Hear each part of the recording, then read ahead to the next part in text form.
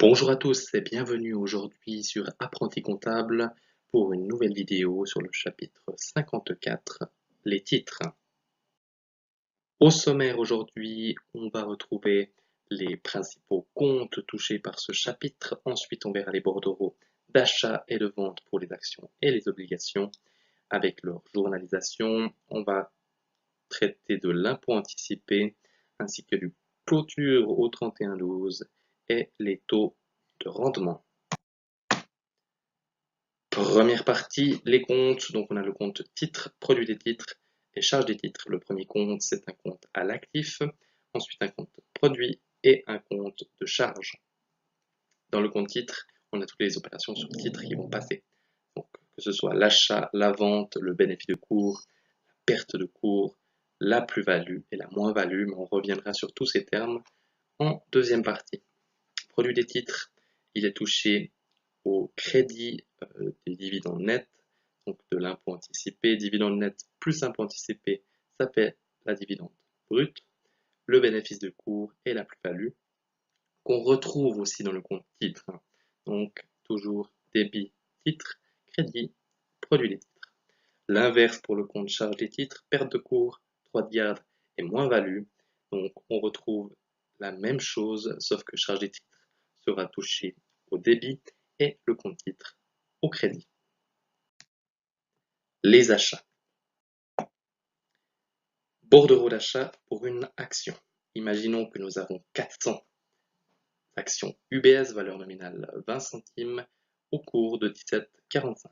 Pour trouver la valeur effective, c'est très simple, on fait le nombre de titres fois le cours, 6980. On ajoute à ça les frais, donc ils seront toujours donnés dans la consigne, et puis ça nous donne le débit sur le compte. Donc là, c'est le plus simple. À l'achat, on rajoute juste les frais d'achat. C'est le courtage, le timbre fédéral et la taxe boursière. Et comment on journalise ça? Très simple. Au débit, les titres, au crédit, la banque. Donc c'est juste la valeur boursière plus les frais d'achat. Et ça nous donne une somme au débit, une somme au crédit. Passons maintenant à l'achat d'une obligation. C'est un tout petit peu plus compliqué car il y a une donnée qui s'ajoute, ce sont les intérêts courus. Donc, imaginons qu'on a une obligation dont les coupons arrivent à échéance tous les 31/12 de chaque année. On a 20 obligations, celles du canton de Vaud, qui ont 2% d'intérêt annuel, d'une valeur nominale de 7 500 francs et qui est au cours de 105%. Comment on détermine la valeur boursière? On fait le nombre de titres fois la valeur nominale fois le cours. Donc le cours, il sera toujours représenté en pourcentage. Si c'est en dessous de 100%, ce sera en dessous du pair. Et si c'est en dessus de 100%, ce sera en dessus du pair. Quand on a déterminé la valeur boursière, il faut calculer les intérêts courus. Comment ça se passe? Ici, on est au 13 août 2018. On est d'accord que la dernière fois que les intérêts sont tombés, c'était le 31 décembre 2017. Donc, du 31 décembre 2017 au 13 août 2018, l'obligation n'était pas en notre possession. Donc, l'intérêt du 31/12/2018, donc prochaine échéance qui va tomber, une grande partie ne nous revient pas. C'est pas logique que ce soit pour nous. Donc, on va le laisser au vendeur. Donc, on va lui payer d'avance, si vous voulez, l'intérêt. Donc, lui, il aura le droit de toucher l'intérêt du 31/12/2017 au 13 août 2018. On va calculer les jours qui séparent ces deux dates. Ici, c'était 223 jours. Et puis là, on fait une formule coton. Donc, on détermine la valeur nominale des 20 titres. On fait x2, fois le nombre de jours divisé par 36 000. Et là, on trouve les intérêts courus, 1858,35 qu'on rajoute à la valeur boursière pour trouver la valeur effective. De nouveau, on rajoute les frais d'achat, comme à l'achat d'une action. Et puis ça nous donne le débit en compte. Valeur 13 août 2018. Ici, ça détaille un petit peu l'intérêt couru, comme je vous ai dit avant. Tout ce qui est en bleu là, ça ne nous revient pas. C'est logique. parce que l'obligation, durant cette période-là, n'était pas en notre possession. Donc, on laisse ça au vendeur. Comment on journalise tout ceci? Deux opérations, cette fois la même chose que pour l'action, pour la numéro 1, donc titre à banque, obligation plus les frais. Donc l'obligation, c'est la valeur boursière, plus les frais. Et puis, pour l'opération 2, cette fois, on comptabilise l'intérêt couru. Donc l'intérêt couru qu'on ne va pas toucher en fin d'année. Donc on le paye d'avance, si vous voulez, au vendeur. Donc vu qu'on va toucher une échéance pleine au 31-12, on diminue un petit peu cette échéance pleine d'avance, donc on débite produit des titres et on crédite la banque. Ça sort de la banque et puis ça va sortir aussi des produits.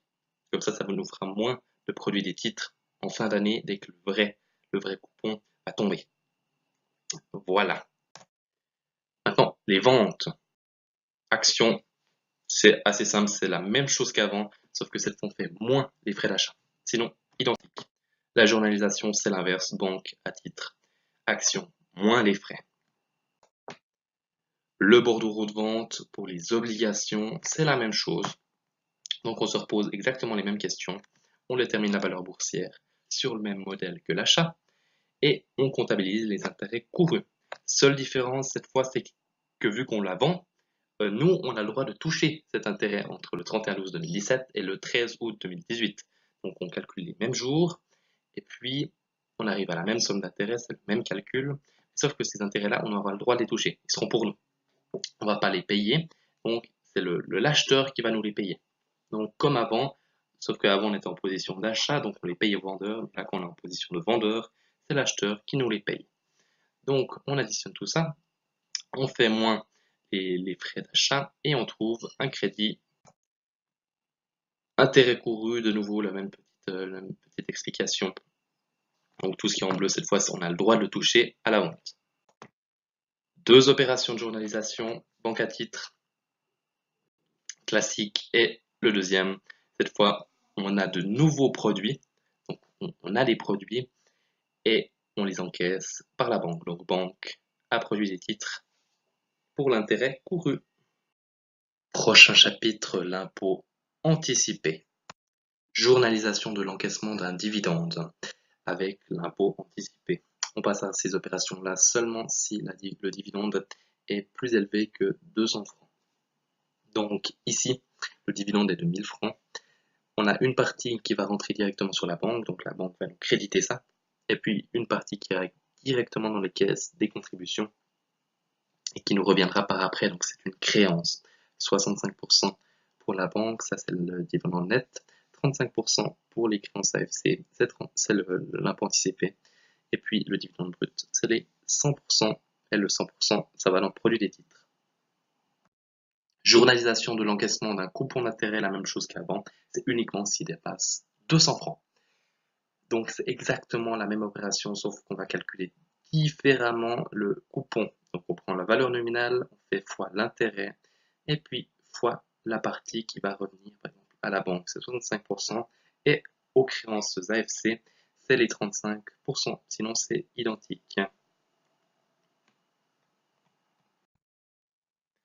Clôture du compte de titre. On va aborder la moins-value, la plus-value et l'actif transitoire au 31-12. L'inventaire de moins-value. Le solde comptable du compte titre était de 15 000. L'inventaire des titres au 31-12 était de 12 000. On calcule la moins-value, 3 000 francs. La moins-value, on est obligé de la comptabiliser, donc de passer une opération. Donc on la passe, on prend charge des titres au débit, on la rajoute une charge, et puis on enlève de l'actif, donc on enlève du titre 3 000 francs pour comptabiliser la moins-value. L'inverse, la plus-value, on avait un solde comptable de 15 000, mais à la fin de l'année, on se rend compte que ça a pris la valeur, c'est 17 000, une plus-value de 2 000. Dans la pratique, c'est très rare qu'on comptabilise cette plus-value, parce que ce n'est pas obligatoire. Et on dit qu'on crée une réserve latente qui permet d'optimiser fiscalement parce qu'il y aura moins de bénéfices, donc moins d'impôts. Donc c'est très très rare qu'on comptabilise une plus-value. Actif transitoire, il y aura une opération à passer. Donc si on veut comptabiliser l'intérêt couru pour 2018, donc l'année N, il faudra passer cette petite opération. On a les coupons d'intérêt qui tombent tous les 13 août. Donc la dernière fois qu'on a reçu le coupon, c'était le 13 août 2018. Donc depuis le 13 août 2018 jusqu'au 31/12, donc le moment où clôture, il faudra comptabiliser ces intérêts.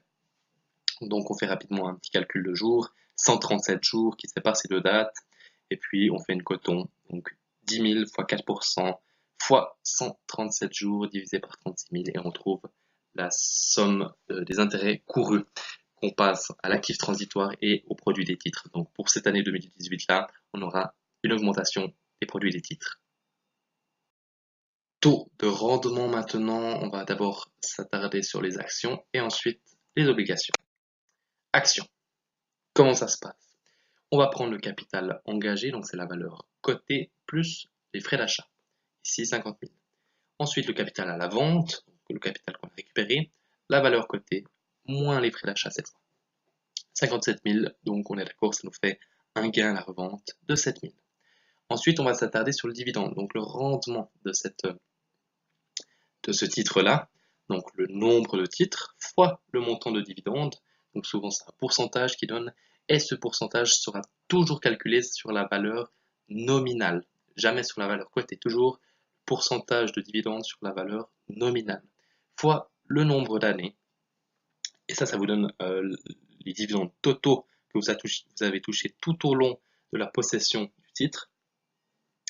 Et puis pour déterminer le revenu annuel moyen, c'est assez simple, on prend le gain à la vente, les dividendes totaux, divisé par le nombre d'années, ça nous fait un revenu annuel moyen.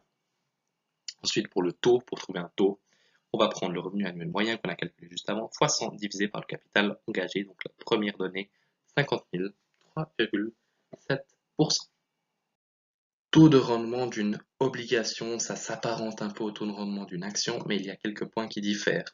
Par exemple, le premier, le capital engagé, la valeur cotée sera toujours prise en pourcentage. Donc là, imaginons qu'on l'ait acheté en dessous du pair, et puis qu'on ait récupéré en dessus du pair. Donc ça nous fait un gain brut de 2%. Je dis brut parce qu'on ne comptabilise pas là les frais d'achat. Et puis pour les nombres, on va calculer avec les frais d'achat. Gain à la revente net 1000 francs. Ensuite, on va calculer le gain annuel. Donc imaginons qu'on les ait gardés 4 ans. Le gain 1000 francs divisé par 4, 250. Les coupons d'intérêt en chiffres cette fois-ci. Donc l'intérêt annuel fois la valeur nominale. Ici, ça nous fait 2000.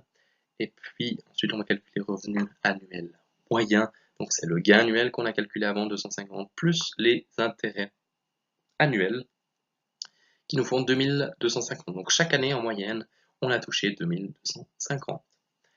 Pour le taux de rendement, comme avant, revenu annuel moyen, 2250 fois 100 divisé par le capital engagé. Le capital engagé, c'était 49 500, ce qui nous fait 4,55% de rendement pour cette obligation-là. Voici pour terminer une alternative au calcul du rendement à l'échéance. Je trouve que c'est une formule qui est simplifiée, mais elle a un défaut, c'est qu'elle ne prend pas en compte les frais d'achat et de vente. Donc, comment ça se passe? On a un cours de vente en pourcent moins le cours d'achat en pourcent divisé par la durée. On ajoute à ceci le taux d'intérêt annuel de l'obligation et on divise tout ça par le cours moyen d'achat, c'est le cours de vente plus le cours d'achat, divisé par 2. Et on fait tout ça fois 100 qui nous donne un pourcentage, et puis ce pourcentage ce sera le même qu'avec la méthode de calcul d'avant, sauf qu'il ne prend pas en compte les frais d'achat et de vente. Voilà, on en a terminé pour aujourd'hui avec ce chapitre. J'espère que cette vidéo vous aura rendu service et on se retrouve tout bientôt